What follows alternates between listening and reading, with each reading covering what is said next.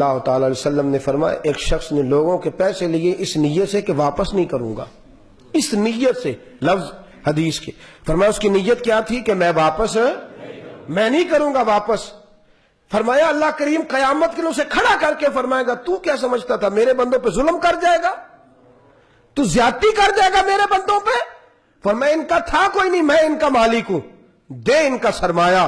یا اللہ آج تو شاہی کون نہیں، للہ الواحد القہار، میں تو جب آیا تھا تو میری گھڑی بھی گھر والوں نے اتار لی تھی، مولا جیبیں ٹٹولتے تھے، بیٹے پہلے ہاتھ جیب میں ڈالتے تھے، یا اللہ وہ تو بینک بیلنس، اور ابھی کفن بھی میلا نہیں ہوتا اور وراثت کے انتقال پہلے درج ہونے لگتے، مولا شاہی کوئی نہیں، کفن کو تو جیب ہی نہیں ہوتی، لائے کچھ نہیں۔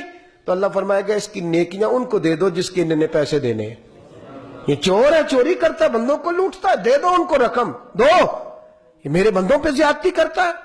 دینے والے سے کہا آسانی کر، اور جس نے دینے اس کو کہا تو جلدی۔ ہم لوگ نا بزرگوں کی صرف کرامتیں بیان کرتے ہیں، ان کی اصل جو زندگی کا حسن ہوتا ہے وہ چھوڑ جاتے ہیں۔ غوث اعظم جیلانی سے کسی نے کہا آپ پر بڑی فضیلتیں اللہ کی توعہ فرمایا کرتے، میری اماں کی برکت ہے۔ کس کی؟ جی اللہ خیر ہی فرمائے، سب تو بہت ہی ٹینشن بھی ایسا اماں نہیں دیتی ہے جی، وہ سارے دے حصے دیاں منڈا بھی آ کے آندا ہے اماں نالی، ابے نو سمجھا لیا اج نے پھر مینوں دساں منڈیاں چ برا مندا آکھیا ہے، انہوں سمجھا لیا ابے نو، کنوں؟ واہ جی واہ۔ تے ابا بھی آ کے آندا ہے اے منڈا اپنا تو سنبھالنا ہے کہ میں دا کوئی حل کراں، وہ دونوں اگے ہاتھ پہ جوڑ دیے، تہاڈی بھی مہربانی تے تہاڈی بھی۔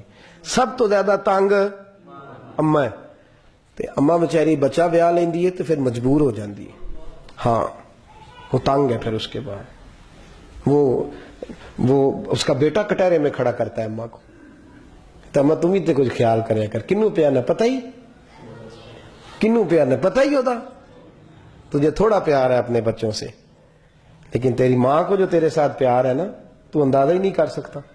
اماں، مجھے ایک شخص کہنے لگا جی بیوی تے اماں، میں تو نہ کیوں کٹھا لے آیا دونوں دا، ایک پلڑے میں تو نے کیسے رکھ دیا؟ ماں ہوتی ہے، بیوی جب اپنے بچوں کی ماں بنے گی تو اس کا بھی وہی درجہ ہوگا جو آج تیرا اپنی تو نے کٹھا ذکر کیسے کر دیا ہے؟ تیری جنت ماں کے قدموں کے نیچے ہے اور تیری بیوی کی جنت تیرے قدموں کے نیچے ہے، ایک تیرے لیے عرش کا درجہ رکھتا ہے، تو دیکھنا تو کس کا ذکر کر رہا۔ اماں تو مجبور ہے بیچاری، وہ تو تنگ ہو گئی ہے، اس نے بڑے چاہ کے ساتھ بچے پالنے، شادی کی، وہ بعد وہ بیچاری اونچی گل نہیں کر دی، سا نہیں لیں گی اس کی اور یہ ساری زیادتی لڑ۔ بہرحال میں اس طرف نہیں جاتا، عرض کرنے کا مقصد یہ ہے کہ اس زمانے میں تکلیف دہ امر ہے، یہ پریشان۔ غوث اعظم جیلانی فرماتے ہیں میرے اوپر جتنا فضل ہے کس کی برکت سے ہے؟ بولے ماں کا تو نام لینے سے سکون ہوتا ہے، میری ماں کی برکت ہے۔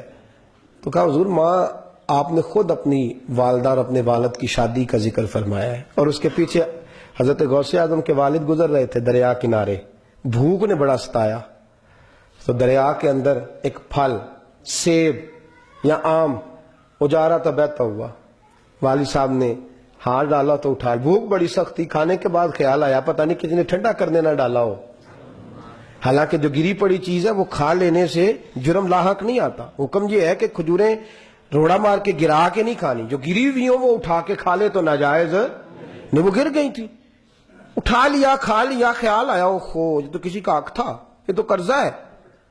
اب پیچھے کی جدھر سے پانی آ رہا تھا ادھر دوڑے، یہاں تو میاں لوگ اربوں خربوں کھا کے ڈکار بھی نہیں لیتے، پتہ نہیں کدھر جاتا ہے، ڈکار ہی نہیں لیتے، ایک پھل کھایا پیچھے کی طرف پلٹے، ایک باغ تھا دریا کنارے، باغ میں پہنچ گئے، سمجھ آ گئی اس کی ٹہنیاں جھکی ہوئی ہیں، یہاں سے گیا ہوگا، باغ کے مالک کو ڈھونڈا، کہا تیرا میں نے ایک سیب کھا لیا ہے۔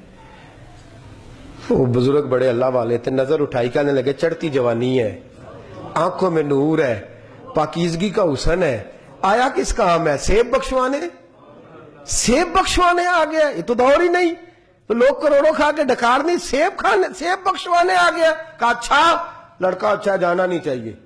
بابا جی کہنے لگے پھر؟ کہنے لگے جی غلطی ہو گئی، قرضہ دینا ہے، آپ کو راضی کرنا ہے۔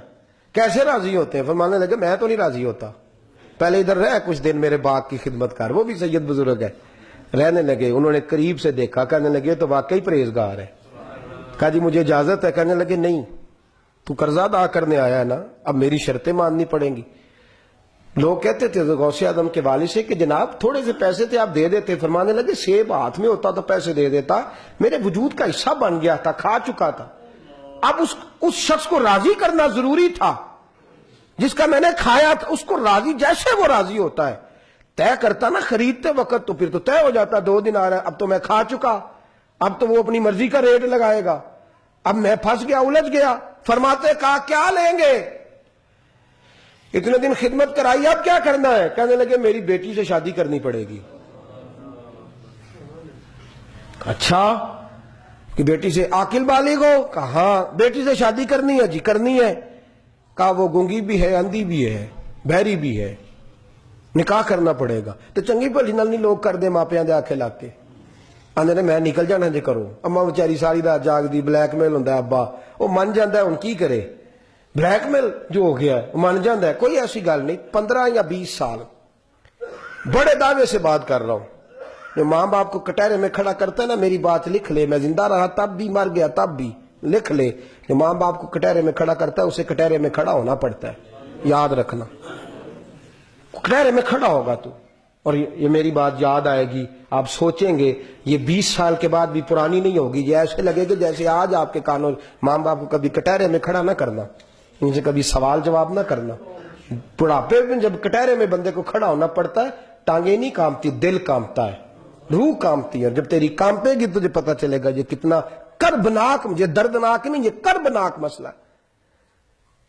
کہا غوث اعظم کے والد نے, اچھا ٹھیک ہے جناب, اندھی بہری سے میں کر لیتا ہوں, لیکن آپ مجھے قرضہ تو معاف کر دیں گے نا؟ کہا ہو گیا, اندھی بہری کے ساتھ ہی شادی کر لیتا ہوں. کہتے نکاح ہوا, رات کو کمرے میں گیا تو ایک وہ حسن ہوتا ہے نا جو لوگ بیوٹی پارلر سے خرید کے لاتے ہیں, اور ایک تقوی کا حسن ہوتا ہے. رنگ کالا بھی ہو لیکن پرہیزگاری ہو تو وہ ماتھے پہ نورانیت نظر آتی ہے. فرماتے میں اپنی بیوی کے حجرے میں گیا, کمرے حجرہ عروسی میں گیا, تو میں نے حوروں سے ملتی جلتی عورت دیکھی, اور اس کے چہرے پر میں نے پاکیزگی کا نور دیکھا, تقوی اور طہارت کی معصومیت دیکھی. تو میں دوڑ کے باہر آیا, میں نے کہا یہ وہ نہیں.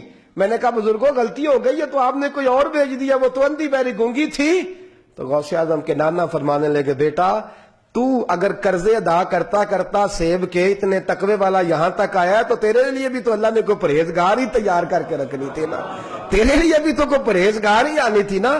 کیا مطلب؟ فرمانے لگے میری بیٹی جب سے پیدا ہوئی ہے آج تک اس نے غیر محرم کی طرف دیکھا نہیں, تو اندھی ہوئی نا. جب سے پیدا ہوئی ہے کوئی غلط بات اس کی زبان پہ آئی نہیں, تو گنگی ہوئی نا زمانے کے حساب سے. اسے وہ زمانے کی چلاکیاں بول چال نہیں آتی, گنگی ہے لوگوں کی نظر میں. کہا میری بیٹی کوئی غلط بات کرنے لگتا ہے تو کانوں میں انگلیاں لے لیتی ہے, تو پھر یہ بہری ہوئی نا. فرمانے لگے میری بیٹی تو چاند کا ٹکڑا ہے, اور اس کے اوپر جو ہے وہ حسن ظاہری نہیں, خرید کیا ہوا نہیں, اس کو میرے رب نے اپنے فضل سے, اپنے کرم سے تقوی کا نور عطا فرمایا ہوا ہے. حضرت غوث اعظم جیلانی کے والد فرماتے ہیں مجھے اس پر قرض ادا کرنے نکلا تھا, اور میں ایک حور خرید کے لایا. فرماتے ہیں چند لمحے اس خاتون کے ساتھ گزرے, اور کچھ مہینوں کے بعد رب نے بیٹا دیا, تو لوگ غوث اعظم اس کو کہنے لگے. زمانے میں عبد القادر جیلانی کے نعرے لگنے لگے, اور غوث اعظم درمیان اولیاء چو محمد درمیان انبیاء صلی اللہ علیہ وسلم. غوث اعظم کا اولیاء میں وہی مقام ہے جو نبیوں میں محمد مصطفیٰ کا مقام ہے.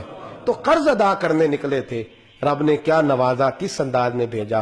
ایک بات یہ میرے دوست کہ صحیح طریقے سے اپنے اوپر سے بوجھ اتاریں, یہ گلے کے توق ہے, ان کو اتاریں. ہماری تو جنگ شروع ہو جاتی ہے جس کے پیسے دینے ہوتے ہیں, اس سے لڑائیاں شروع ہو جاتی. نالے ہتھوں پیسے دیتے تھے, نالے یار گوایا. اور ایک اور بھی مسئلہ ہے, جو 100 دفعہ قرض دے 101 دفعہ نہ دے, وہ بھی اسی خلاف ہاں. صرف وہ دے آ کے چڑھا دیندہ ہی رہے, ٹوریا ہی رہے ساڑھے نال, صرف اس کے ہم. ایک تو قرض ہمیشہ تھوڑا لیں, لیں تو جلدی ادا کریں. لینے والا بھی کوشش کرے کہ اگر سمجھے تنگ دست ہے تو آسانی کرے. پھر اگلی بات یہ ہے کہ میرے محبوب کریم صلی اللہ علیہ وسلم نے خود قرض حاصل کیا ہے. حضور پر ہلکا پھلکا قرض رہتا تھا, ضرورت پڑ جائے تو دوست احباب سے لیں, اور دینے والا کیا کرے, دے, تنگ دست کو دے, مجبور کو دے. سنیں بات, وقت تھوڑا رہ گیا ہے, اثر جلدی ہو جاتی ہے, میں بات ختم کرتا ہوں. نبی پاک صلی اللہ تعالی علیہ وآلہ وسلم نے جلد قرض مقروض کو سہولت دینے کا حکم ارشاد فرمایا.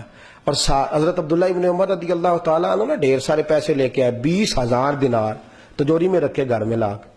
آپ کی بیوی کہنے لگی، ناراض ہو گئی زوجہ، کہنے لگی اتنے پیسے آپ گھر میں کیوں لائے ہیں؟ آپ کو پتہ نہیں نبی پاک نے پسند نہیں فرمایا مال و دولت کو؟ اتنے پیسے لے آئے آپ گھر میں. وہ پاک باز عورتیں نا پیسے آگے ناراض ہو گئی. تو آپ فرمانے لگے میں نے خرچ کرنے کے لیے نہیں لیے، بولی عورت اس لیے رکھے ہیں کہ کسی دوست کو قرض کی ضرورت پڑی تو اس کو دے دوں گا، محلے داروں کو ضرورت پڑی تو ان کو دے دوں گا. تو توجہ کریں، خیال کریں لوگوں کے کام آنے کی کو. پھر ایک چوتھا مرحلہ یہ ہے کہ اگر آپ کو سفارش کرنی پڑے نا، کبھی سفارش مقروض کی بعض اوقات لینے والے اور دینے والے میں جھگڑا شروع ہو جاتا ہے، تو وہ بھی کریں سفارش، ان کو قریب کریں. لینے دینے کے معاملات کے اندر کوشش فرمائیں تھوڑا آگے ہو کے مسئلے کو. اور اگر آپ سمجھیں نا، کیونکہ غریب کو قرضہ کو نہیں دیتا، سمجھے واقعی تنگ دست ہے اور آپ کا ایک دوست امیر ہے، ایک غریب ہے، تو آپ کوشش فرمائیں کہ اس سے لے کے اس تنگ دست کی مجبوری کو آپ حل کریں. ان مسائل پہ توجہ کریں. حضرت ابو درداء رضی اللہ تعالیٰ 4 بندوں سے پیسے لینے تھے. انہوں نے حضرت ابو درداء سے کہا تو آپ نے فرمایا بھئی تمہیں دینے ہی پڑیں گے. وہ سیدھے در رسول پہ پہنچ گئے صلی اللہ. حضور سے عرض کی یا رسول اللہ پیسے نہیں ہیں. ابو درداء کہتے ہیں فوراً چاہیے. نبی کریم نے بلایا اور بلا کے لفظ بڑے خوبصورت. حضور نے فرمایا یار تجھ سے کام پڑ گیا ہے. آپ رو پڑے، کہنے لگے حضور میں آپ کے میں کام آ سکتا ہوں؟ آنکھوں میں آنسو آ گئے. نبی کریم نے فرمایا وہ 4 بندوں کے یار تو نے پیسے لینے ہیں، بیچارے مجبور ہیں، دے نہیں سکتے، تھوڑی سہولت تو دے دے. کہا حضور میں نہیں سہولت دیتا. فرمایا کیوں؟ کہا حضور جو آپ کے پاس آ گئے میں نے بالکل ہی معاف کر دیے.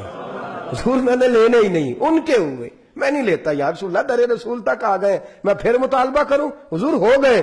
میرے حبیب نے فرمایا جا پھر اللہ تجھے برکت دے گا. اللہ تجھے فرماتے پورے عرب سے اناج ختم ہو جاتا ہے، میرے گھر سے ختم نہیں ہوتا. میرے مصطفیٰ نے برکت کی دعا دی ہے. تو میرے دوستو یہ شرعی مسئلہ ہے قرض حسنہ. قرض حسنہ کا معنی ہے اچھے طریقے سے دینا، اچھے طریقے سے، لیکن بڑی تنگ دستی میں قرضہ لیں، جلدی واپس کر دیں. جس شخص نے لینے ہیں وہ سہولت کرے. پتہ ہوتا ہے ہمیں، بالکل نہ اس شخص کے قریب جائیں جس کا آپ کو پتہ ہے. حضرت سلمان فارسی کو، حضرت بلال حبشی کو، ان کو جب آزاد ہونا تھا تو ابو بکر صدیق نے پیسے دیے تھے. شخصی لوگوں پہ پیسے خرچ فرمائے، ان کو آزاد کرایا. تو حضرت سلمان کہنے لگے میں کما کے دے دوں گا. آپ فرمانے لگے میں نے تجھے دیے ہی نہیں. کہا کیا مطلب؟ فرمانے لگے میں نے خدا کی راہ میں دیے ہیں، اگر مجھے دینے ہوئے تو میرا اللہ دے گا، میں تجھ سے مطالبہ نہیں کرتا. اس نے سلوک کریں. یہ ایک اچھی طرح ہے جو اسلام نے ڈالی ہے. اللہ ہمیں سمجھنے کی توفیق عطا فرمائے. آخر دعوانا ان الحمدللہ.